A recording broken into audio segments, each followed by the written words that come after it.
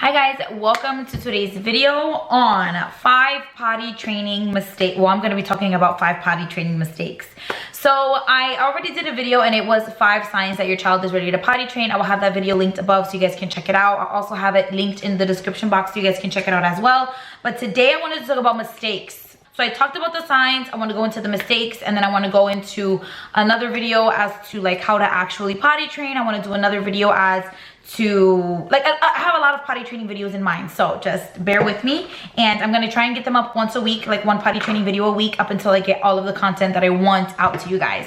So if you guys are new to my channel, I am a daycare provider. I have been doing daycare in my house for over 5 years now, so I've potty trained quite a few kids. I do have 2 sons of my own. One of them is potty trained and the other one I don't feel he is ready to potty train yet, so that's why I'm not potty training him.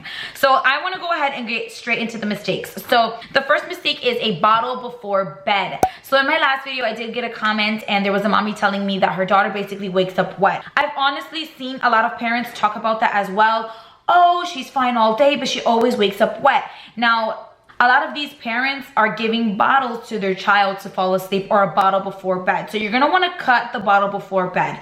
So there are a lot of things that you gotta think about when you're gonna prepare your child to potty train, and there are a lot of things that you're gonna have to wean your child off of to be able to get them to potty train. So if your child is used to having a bottle before bed, you're going to have to cut that habit. And the reason why I say that is because if they're drinking like a 6 to 8 ounce bottle, they're going to have to go pee in the middle of the night. It's just a given. Like you're basically filling up their bladder before they go to bed, and you don't want to do that. So what I would recommend doing is doing a bottle 30 to 45 minutes before they're gonna go to bed. So for example, if your child's bedtime is at 8 p.m., at 7:30 you'll give them that bottle. From 7:55 to 8 o'clock p.m. you're gonna wanna take them to the bathroom and make sure that they pee. Then you're gonna have to try and find a different way to be able to get them to go to bed because they're not gonna have their bottle, but that's something that you're gonna wanna do beforehand, like before you potty train them, so that it's not too many new things at one time. So that is my main advice. If it's not even a bottle, you're just gonna wanna cut liquids in general 30 to 45 minutes before your child goes to bed.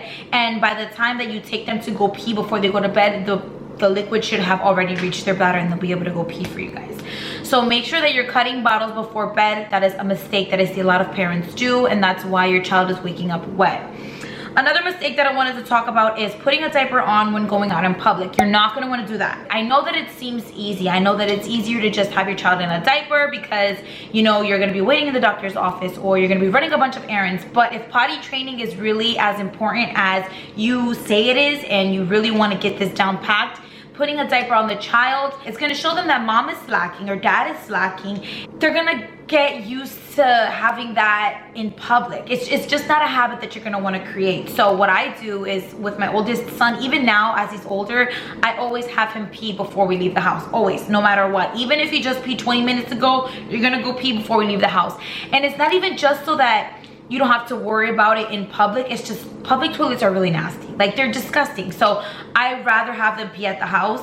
And then if I am in public, I kind of like know, I don't know if that's just the type of person that I am, but like if I know that I'm gonna go run a few errands, I'm always knowing where the bathrooms are when I'm there. And then right when we get in the store, I ask them if they have to go pee, so that when I'm doing my actual shopping, I'm not worried about like, oh, I have to take them pee. You know what I'm trying to say? But don't put a diaper on your child when you go out in public. Another mistake that I see is putting on clothes that are too tight for your child to pull down. You guys have no idea, as a daycare provider, it gets really frustrating when a parent sends their child to daycare with a jumper and a romper, because some kids just can't make it. They don't know how to take everything off completely and they'll end up going on themselves. Boys, I'll see them with a button that they can't undo themselves and a belt. So when you're potty training your kid, you're not gonna wanna put on complicated clothing. It's just, you just don't wanna do it. It's gonna be way too hard for them. If you have girls, put them in leggings, don't put them in dresses, because another thing is it can be easy for them to lift up their dress and just pull down their underwear. But a lot of the times, a lot of the girls don't know how to like hold their dress, so they'll let it get in the toilet and it'll hit the water. So you want to avoid dresses. You're gonna want to avoid anything like a one piece, a romper, even the jumper, the little denim ones that have the little pockets here. I'll include pictures so you guys can see what I'm talking about, but nothing complicated. If you have girls, leggings and a t-shirt, or sweatpants and a t-shirt. If you have boys, do sweatpants. It's like the easiest thing, but try to stay away from anything that has complication to it, because then your child will pee on themselves. Starting when there's change happening. So like I was mentioning to you guys about the bottle before bed, if you have your child that is used to that and then you take that away and you start potty training, it's going to be a lot of change for them. Another example of change too soon is if you move to a new house, or you change the child's daycare, or if they started sleeping in their room on their own. Any little thing, you guys might not think that it'll affect their potty training, but it might. So whenever there's new change happening, you don't want to start potty training, because it can confuse the kid, and it's just not a good idea to start potty training when there's a huge change happening in the child's life. And then the last one that I wanted to talk about is starting too soon. You're not going to want to start your child potty training too soon if they're too young. You might think that they're ready, but they're not really ready. If you guys want to watch my first video of the signs that your child is ready to potty train, check out that video. That video is going to help you be able to determine if your child is ready to be potty trained or not. And then if you think that your child is potty trained, then you can go ahead and start potty train them, and keep these mistakes in mind from this video. But don't start too soon. It's just going to affect them. Guys, you guys are probably not going to believe me, but I had a mom bring me a 6-month-old with a potty that I had to put in my daycare. It was one of those portable potties. So I would put it in. I would have to take this 6-month-old and sit him on the potty. That kid ended up in diapers.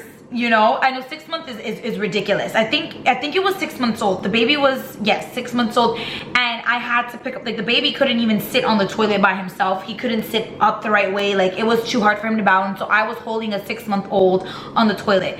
Now that I think about it, I should have told the mom that's not something that I'm gonna do, because it's not, I don't know, it's not realistic in my opinion. So I just think that was way too soon for the kid. I kept in touch with the mother. The mother ended up putting the child in diapers, and then he had to potty train again once he was like 2 or 2.5 years old. So don't start too soon. It's not a good idea. I just don't do it. Just take your time. Your child's gonna be potty trained. Just don't rush it. Let the child tell you when they are ready to potty train. So those are 5 mistakes that I see when a lot of parents are starting to try and potty train. If you guys have any questions in regards to potty training, please leave them down below. Don't forget to watch my first video on potty training, because that is also going to help you guys with your potty training journey. And yeah, guys, that basically completes this video. I hope you guys enjoyed it. Please subscribe to my channel, and I will see you guys in my next video.